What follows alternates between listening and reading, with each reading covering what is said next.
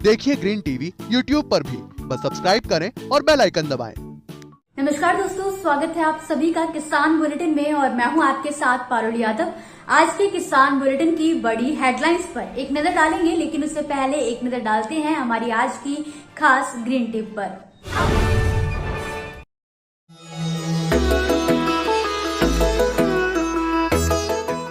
मुख्य बिंदु में सबसे पहला तो ये है कि जो गड्ढा तैयार किया है, तो ये ध्यान रखें कि जो भूमि हमने आंवला के लिए सिलेक्ट की है उसका पहले अम्लानुपात पीएच जरूर करा लें।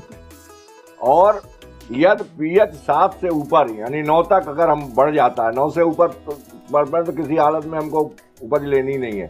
9 तक है तो ऊसर का गड्ढा जिस विध से बताया गया है उस विध से भरा जाए। और अगर पीएच 7 है तो सामान्य भूमि के हिसाब से गड्ढा भरा जाए। दूसरे, यदि हमको कहीं पर पहले से ही नर्सरी में या आपने खुद अपने आप जो है पेड़ तैयार किया है तो उसका लगाना ज्यादा अच्छा है बनस्पत की बीज डालने की। तीसरा, ये आवश्यक है कि अप्रैल के महीने में जिस वक्त फ्लावरिंग हो रही है उस समय सिंचाई ना करें।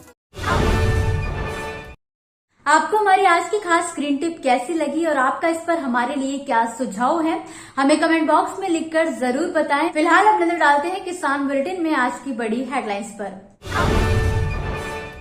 किसान मित्र ऊर्जा के तहत किसानों को मिला लाभ, बिजली बिल देने से मिली राहत। भारत में बैंगनी क्रांति लाने की पहल CSIR द्वारा आयोजित किया जाएगा लैवेंडर फेस्टिवल। भूजल समस्या से परेशान पंजाब सरकार अब सीधी बुआई करने वालों को मिलेगी सब्सिडी।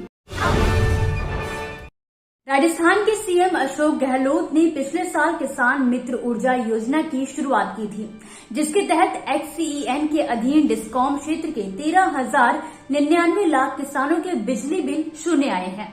आपको बता दें कि मुख्यमंत्री किसान मित्र ऊर्जा योजना के माध्यम से किसानों के बिजली के बिल में अनुदान प्रदान किया जाता है। वहीं इस योजना के कार्यान्वयन के लिए सरकार द्वारा 1450 करोड़ रुपए खर्च किए जाएंगे। फिलहाल राज्य सरकार ने फरवरी, मार्च, अप्रैल महीने में किसानों को करीब 1 करोड़ 30 लाख रुपए की सब्सिडी दी है, जिसकी वजह से किसानों को काफी राहत मिली है। इस योजना के तहत चोमू प्रथम में 22 गाँव के 5766 उपभोक्ता, द्वितीय के 14 गांवों में 3192 उपभोक्ताओं में से 2306 उपभोक्ता और खिजरौली सहायक अभियंता के अधीन कुल 5027 उपभोक्ताओं को योजना का लाभ मिल चुका है। योजना के तहत डिस्कॉम क्षेत्र के करीब 13,099 किसानों के बिजली बिल शून्य आए हैं। सरकार ने अप्रैल और मई महीने की बिलिंग में किसानों को 1 करोड़ 30 लाख रुपए की सब्सिडी दी है। खिजरौली सहायक अभियंता अनिल गढ़वाल ने बताया कि जिन लोगों के बिल पिछले कई महीनों से बकाया चल रहे हैं और इस योजना में उनको लाभ नहीं मिल रहा है, तो वो लोग अपना बिल 31 मई 2022 तक जमा करवा सकते हैं।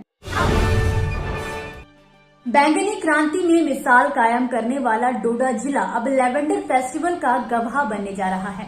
वैज्ञानिक और औद्योगिक अनुसंधान परिषद यानी कि CSIR के अरोमा मिशन के अंतर्गत लैवेंडर फेस्टिवल का आयोजन CSIR की जम्मू स्थित प्रयोगशाला Indian institute of integrative medicine द्वारा किया जा रहा है। डोडा जिले के भद्रवाह में आयोजित होने वाले लैवेंडर फेस्टिवल में किसान, कृषि उद्यमी, सुगंधित तेल उत्पादक, स्टार्टअप उद्यमी शामिल हो रहे हैं। जानकारी के अनुसार इस अवसर पर केंद्रीय मंत्री डॉक्टर जितेंद्र सिंह किसानों से संवाद करेंगे। साथ ही डिस्टिलेशन इकाइयों, लैवेंडर नर्सरी व खेतों का दौरा भी किया जाएगा। आपको बताते चले कि CSIR IIIM ने भारत को लैवेंडर तेल का एक प्रमुख निर्यातक बनाने का लक्ष्य रखा है, जिसके तहत भारत सरकार के विज्ञान और प्रौद्योगिकी मंत्रालय का अरोमा मिशन इस दिशा में कार्य कर रहा है। CSIR अरोमा मिशन के तहत जम्मू कश्मीर के दूर के इलाकों में भी लैवेंडर की खेती के लिए लगभग 5000 किसानों और युवा उद्यमियों को रोजगार दिया जाएगा। इस बढ़ती हुई गर्मी में खेत की सिंचाई एक बड़ी समस्या बनकर उभर जाती है। खासतौर से खरीफ सीजन में धान की खेती के लिए काफी पानी की जरूरत होती है।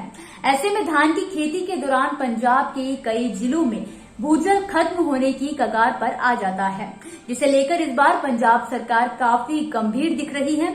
बता दें कि समस्या से निपटने के लिए किसानों को धान की सीधी बुआई करने के लिए प्रोत्साहित किया जा रहा है। पंजाब सरकार धान की सीधी बुआई करने वाले किसानों को सब्सिडी देगी। बता दें कि किसानों को 1500 रुपए प्रति एकड़ सब्सिडी दिए जाने की घोषणा की गई है।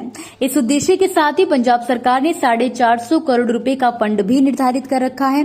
साथ ही 30 लाख एकड़ जमीन में धान की सीधी बुआई का लक्ष्य रखा है, जो कि पिछले साल 15 लाख एकड़ का क्षेत्रफल था। जानकारी के लिए आपको बता दें कि पंजाब के भूजल का स्टार पिछले कुछ सालों में काफी कम हो गया है, जिसकी वजह से सरकार सीधी बुआई को बढ़ावा दे रही है। सीधी बुआई एक ऐसा तरीका है जिससे तकरीबन 20% पानी की बचत हो सकती है। दोस्तों, ये थी वो खबरें जिन्हें हमने आप तक विस्तार से पहुंचाया, लेकिन अब हम बात करेंगे कुछ ऐसी खबरों की जिनके बारे में भी आपके पास जानकारी होना जरूरी है। तो चलिए फटाफट से एक नजर डालते हैं खेती किसानी और कृषि क्षेत्र से जुड़ी आज की छोटी बड़ी अपडेट्स पर। किसान सम्मान निधि योजना का लाभ लेने वाले अपात्र लोगों पर कृषि विभाग ने शिकंजा कसना शुरू कर लिया है। आपको बता दें कि यूपी के हमीरपुर कृषि उप निदेशक हरिशंकर के अनुसार जिले में 2,22,000 किसान हैं, जिसमें से 1,77,000 किसानों को प्रधानमंत्री सम्मान निधि योजना का लाभ मिल रहा है। लेकिन जब कृषि विभाग द्वारा ग्राम पंचायत स्तर पर किसानों का सत्यापन किया गया तो 1242 किसान अपात्र पाए गए। जानकारी के अनुसार 40 ऐसे किसान योजना का लाभ उठा रहे थे जिनकी मृत्यु हो चुकी है। ऐसे में कृषि विभाग ने ऐसे किसानों की एक लिस्ट तैयार कर ली है, जिसके तहत सम्मान निधि योजना का लाभ वही लोग उठा सकेंगे जो करदाता या नौकरी पेशा न हो, जिन्हें 10,000 रुपए से ऊपर पेंशन न मिल रही हो या फिर वो किसी सरकारी पद पर आसीन न रह चुके हों। ऐसे लोगों को ही सम्मान निधि राशि का लाभ मिल सकता है। कपास को दुनिया की महत्वपूर्ण फसलों में से एक माना जाता है। खासतौर से हमारे देश में कपास की खेती काफी अच्छी होती है। क्षेत्रफल की दृष्टि से देखा जाए तो देश में 88% रकबे में बीटी कॉटन की खेती होती है, जिससे किसानों को अच्छा उत्पादन मिलता है। बता दें कि रिकॉर्ड भाव मिलने से किसान काफी ज्यादा उत्साहित हैं और आगामी खरीफ सीजन में ज्यादा से ज्यादा रकबे में कपास की खेती की योजना बना रही हैं। जानकारों के अनुसार अच्छी फसल और पैदावार के लिए अच्छी मिट्टी और खाद पर खास ध्यान देना चाहिए। साथ ही किसान अमेरिकन कपास की उन्नत किस्में लगा सकते हैं, जिससे उन्हें अच्छा लाभ मिल सकता है। सब्जियों के बढ़ते दाम से जनता परेशान है, तो वहीं टमाटर के भाव आसमान छूते जा रहे हैं। ऐसे में सबसे बड़ा सवाल यही है कि आखिर सब्जियों के दाम इतने क्यों बढ़ रहे हैं। दरअसल पिछले 3 साल से टूटा एब्सोल्यूटा नामक कीट टमाटर की फसलों को नुकसान पहुंचा रहा है, जिसकी वजह से उत्पादन काफी हद तक कम हो चुका है। आपको बता दें कि उत्पादन की कमी आने की वजह से मार्केट में टमाटर के दाम में लगातार इजाफा हुआ है। मुंबई की सब्जी मंडियों में टमाटर का दाम इस समय 70 से 100 रुपए प्रति किलो हो चुका है, जबकि सामान्य तौर पर टमाटर का दाम 20 से 30 रुपए प्रति किलो होता है। महाराष्ट्र में अनार के बागों में कीटों और बागों का खतरा मंडरा रहा है। बेमौसम बारिश और कीटों के हमलों से बागों को बचाने के लिए किसान लाखों रुपए खर्च कर रहे हैं, लेकिन इसका भी कोई फायदा होता नहीं दिख रहा है। जानकारी के अनुसार पिनहोल बोरर नामक कीट अनार की फसल को इस समय बर्बाद कर देते हैं, खासतौर से तब जब तापमान 40 डिग्री के ऊपर चला जाता है। वहीं तेज धूप की वजह से भी फलों पर सफेद धब्बे पड़ रहे हैं, जिसकी वजह से फलों की गुणवत्ता पर भी काफी असर पड़ रहा है। किसानों का कहना है कि कीटनाशक के छिड़काव का भी इन कीटों पर कोई असर नहीं हो रहा है, इसलिए अब वो अनार की खेती नहीं करेंगे, क्योंकि लागत के अनुपात में लाभ काफी कम मिल रहा है।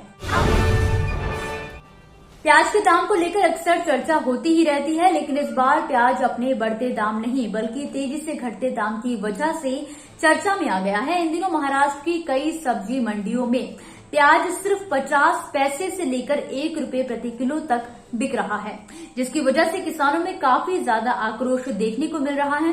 किसानों का कहना है कि आखिर अपने ही देश के अलग अलग हिस्सों में प्याज के दाम में इतना ज्यादा भेदभाव क्यों है।